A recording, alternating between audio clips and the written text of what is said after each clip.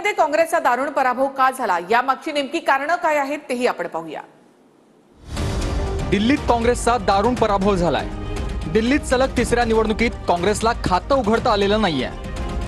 2015, 2020 आणि आता 2025 मध्ये काँग्रेसला दिल्लीत 0 जागा मिळाल्यात. यापूर्वी 2013 मध्ये काँग्रेसच्या फक्त 8 जागा निवडून आल्या होत्या. काँग्रेस आणि आपनं युती करायला हवी होती असा सूर इंडिया आघाडीच्या नेत्यांनी लावलाय. ओमर अब्दुल्लांनी और लढो आपस में असं ट्विट केलंय. काँग्रेसनं मात्र आपला जिंकवून देणं आमची जबाबदारी नाही असं म्हटलंय. अगर कांग्रेस पार्टी और आपका मनोमिलन होता तो अच्छी बात रहती.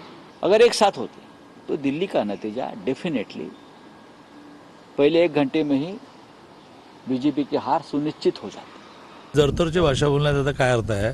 कोणी अडवलं होतं का एकत्र यायला? संजय राऊत तर असे महान नेते आहेत की ते दोघांमधला समझोता करू शकले असते. आणि त्यामुळे काँग्रेसला सपोर्ट न करता शिवसेनेने आपला सपोर्ट केला.